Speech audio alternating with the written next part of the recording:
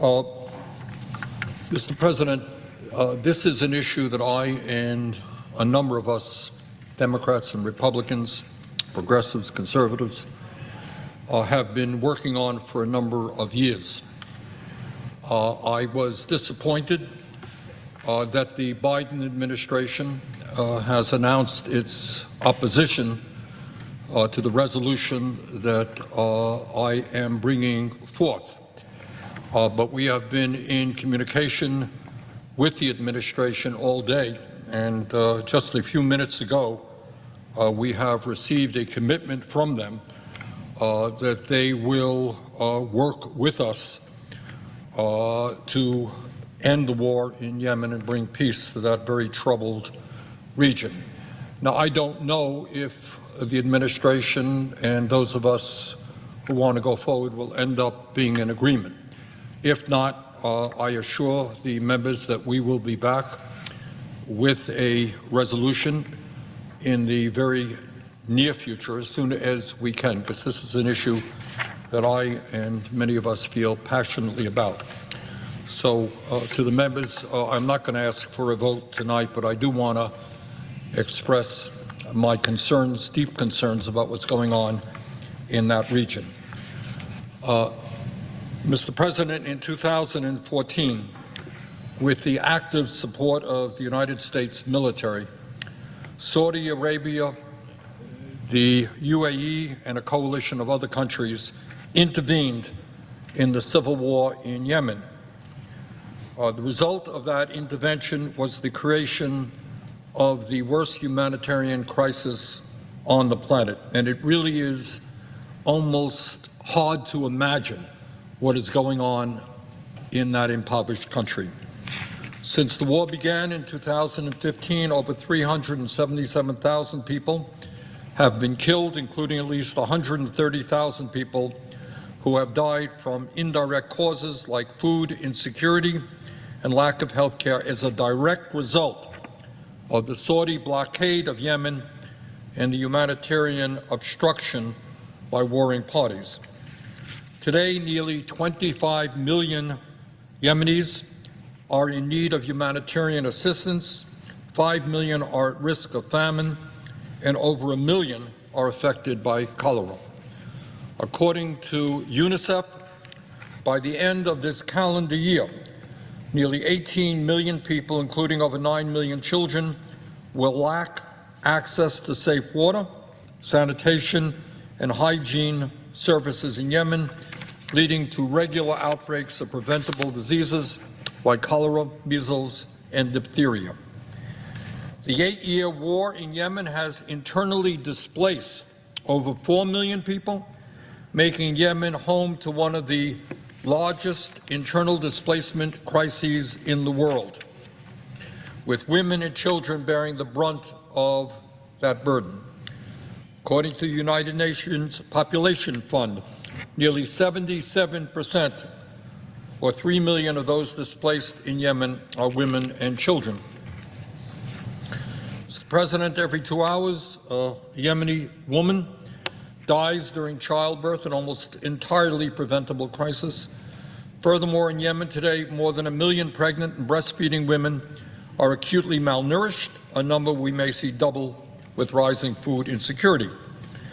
According to the International Relief Organization, Oxfam, the threat of famine is very serious. Despite ongoing humanitarian assistance, over 17 million people in Yemen remain food insecure, a number set to rise to 19 million by the end of this year. In Yemen today, over 1 million pregnant or breastfeeding women and over 2 million children under 5 require treatment for acute malnutrition. Acute malnutrition. And if you think the suffering in that country cannot get any worse, unfortunately, you would be dead wrong. The United Nations reports that if the conflict doesn't stop, the war in Yemen could lead to the deaths of 1.3 million people by the year 2030. And, Mr. President, let us be crystal clear. The initiators of this terrible war in Yemen was Saudi Arabia, one of the very most dangerous countries on the face of this earth. Saudi Arabia is a dictatorship that is doing everything that it can to crush democracy in its own country. It is a brutal regime that treats women as third-class citizens and tortures civilians. It is one of the worst human rights violators in the world. Saudi Arabia's Crown Prince, as I think many of us are familiar with, Mohammed bin Salman, ordered the murder of Jamal Khashoggi, a Washington Post columnist and American resident, with a bone saw in 2018. And there is little doubt about that. In a blatant attempt to jack up gas prices in the United States and harm our economy, Saudi Arabia agreed to partner with Vladimir Putin in the murderous war against the people of Ukraine.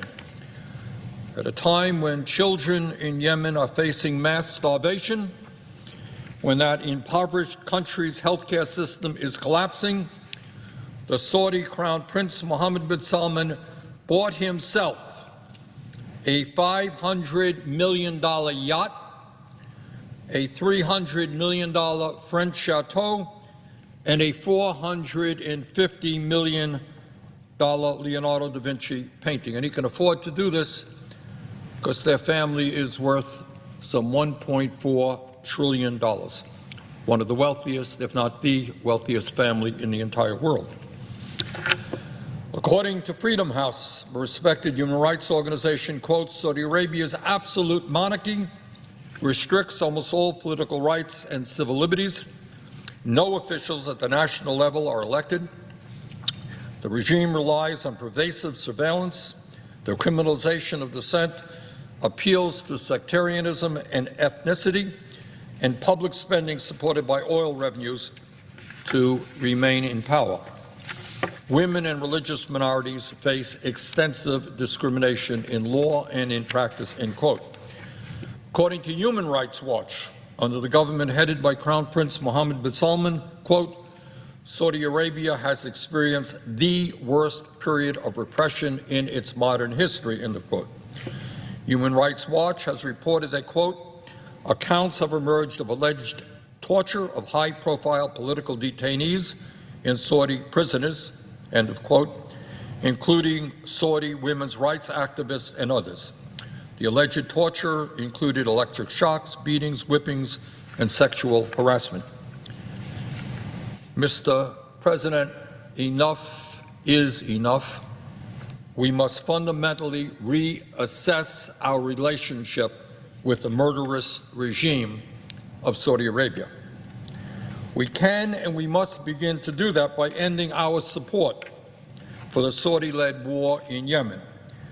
And that is why I have introduced a resolution that requires the United States to withdraw its forces from and involvement in the Saudi-led war in Yemen, which has not been authorized by the United States Congress. This obviously is not a radical idea. In 2019, the Senate passed a similar resolution by a vote of 54 to 46. Every Democrat who was present voted for it, along with 7 Republicans. The House of Representatives passed that same resolution by a vote of 247 to 175. Every Democrat in the House who was present voted for it, along with 16 Republicans. Sadly, then President Trump vetoed it, and it did not become law. Mr. President, it is long past time that we take a very hard look at our relationship with Saudi Arabia, a country whose government represents the very opposite of what we profess to believe in. Last year, President Biden and his administration did the right thing when it announced that it would end U.S. support for offensive military operations led by Saudi Arabia and Yemen, and named a special envoy to help bring this conflict to an end. The good news is that as a result of these efforts, I think as a result of the resolution passed in the House and the Senate, the Saudis have paused their deadly airstrikes in Yemen, and in April, the United Nations brokered a truce between the warring factions. The bad news is that this truce expired over 2 months ago, and there is now evidence that violence in Yemen is beginning to escalate. Now, I understand that the administration is opposed to this resolution, and let me briefly respond to some of their concerns. First, the administration claims that this resolution is unnecessary because Saudi Arabia has paused its bombing campaign in Yemen. Well, Mr. President, that may be true, but let's be clear. There is no guarantee that Saudi Arabia will not stop bombing Yemen tomorrow, relying on U.S. military support and U.S. manufactured weapons to carry out those airstrikes, which in the past have done incalculable harm to the people of Yemen. In fact, a previously announced end to U.S. offensive support did not prevent devastating and indiscriminate Saudi airstrikes in Yemen, which occurred as late as March 2022. Passing this legislation would allow Congress to play a constructive role in the negotiation of an extension of the truce and a long-term and lasting peace. The resolution that we are debating today, we are discussing right now, will help ensure that Saudi airstrikes do not resume. Further, while it is true that the Saudi blockade is not as severe as it has been in the past, vital commodities like fuel and medicine are still in short supply, and Saudi Arabia to this day still has imposed restrictions on nearly all commercial imports into Yemen, including fuel. And Saudi Arabia still has control over Yemeni airspace, which has prevented thousands of patients with medical emergencies from leaving the capital of Sana'a, according to the Quincy Institute. This legislation that I have brought forward simply codifies what President Biden has already pledged to do by ending U.S. military assistance to the Saudi-led coalition's war in Yemen. Specifically, this resolution would achieve three important goals. First, it would end U.S. intelligence sharing for the purpose of enabling offensive Saudi-led coalition strikes inside Yemen. Second, it would end U.S. logistical support for offensive Saudi-led coalition strikes, including the provision of maintenance and spare parts to coalition members flying warplanes. Finally, it would prohibit U.S. military personnel from being assigned to command, coordinate, participate in the movement of, or accompany Saudi-led coalition forces engaged in hostilities without specific statutory authorization from the Congress. Mr. President, let us be clear. This is a narrowly targeted resolution that only affects Saudi Arabia's offensive operations in Yemen. This resolution would still allow for U.S. military support to be used to protect the territorial integrity of Saudi Arabia. In other words, nothing in this legislation prevents the United States from helping Saudi Arabia defend itself against attacks originating from Yemen. Further, this resolution would not affect America's support for Ukraine's self-defense, as some opponents of this legislation have claimed. That is why I am proud to be joined on this resolution by some of the staunchest defenders of Ukrainian sovereignty and U.S. national security interests who, like me, are outraged by Saudi Arabia's collaboration with Russia and open support of illegal wars of aggression. And they include Senator Durbin, Senator Blumenthal, Senator Peters, Senator Warren, Senator Markey, and a number of others who support this resolution. Passing this War Powers resolution will send a very powerful message to Saudi Arabia that the war in Yemen must finally come to an end. There must be a peaceful resolution to this horrific conflict. Passing this resolution will also send a message to Saudi Arabia that its partnership with Russia with respect to the war in Ukraine is unacceptable. Mr. President, in October, after Saudi Arabia agreed to cut oil production, the Biden administration recognized the need to work with Congress to re-examine the relationship between Saudi Arabia and the United States. President Biden said he wanted action from Congress. This resolution is a narrowly tailored response that will help achieve that objective. In October, the chairman of the Senate Foreign Relations Committee, Senator Menendez, said, and I quote, "The United States must immediately freeze all aspects of our cooperation with Saudi Arabia, including any arms sales and security cooperation beyond what is absolutely necessary to defend U.S. personnel and interests." And he continued, as chairman of the Senate Foreign Relations Committee, "I will not greenlight any cooperation with Riyadh until the kingdom reassesses its position with respect to the war in Ukraine." Enough is enough, end of quote from Senator Menendez. And I agree with that. And this resolution is our opportunity to send a powerful message to Saudi Arabia that Congress is, in fact, re-examining our relationship with that country. It is an attempt to defend the Constitution of the United States, which gives the power of making war to the Congress, not to the President. And it is an effort to end our complicity in this horrendously bloody and horrible conflict. Congress has a narrow window now to do something important.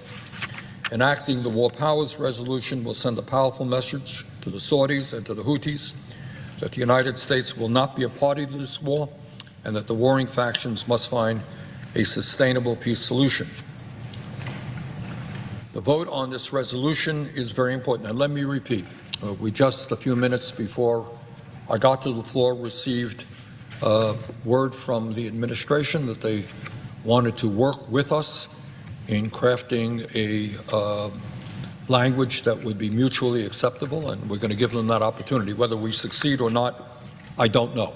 And let me repeat, if we do not succeed, I will be back with many of my colleagues to bring forth this resolution or something that is very important. And what this resolution finally is about, it says that the people of Yemen need more humanitarian assistance, not more bombs. It is a vote that says that the Senate believes in the Constitution of our country, which makes it clear that the Congress, not the President, determines whether and when the United States goes to war. It is a vote that tells Saudi Arabia that we will not continue to give it a blank check with respect to war and foreign intervention. And it is a vote that says, no, we will not stand with Saudi Arabia while it is actively supporting Vladimir Putin's horrific war of aggression against the people of Ukraine. So once again, where we are at is I'm not going to ask for a vote tonight. I look forward to working with the administration who was opposed to this resolution and see if we can come up with something that is strong, that is effective. And if we do not, I will be back. And with that, Mr. President, I yield the floor.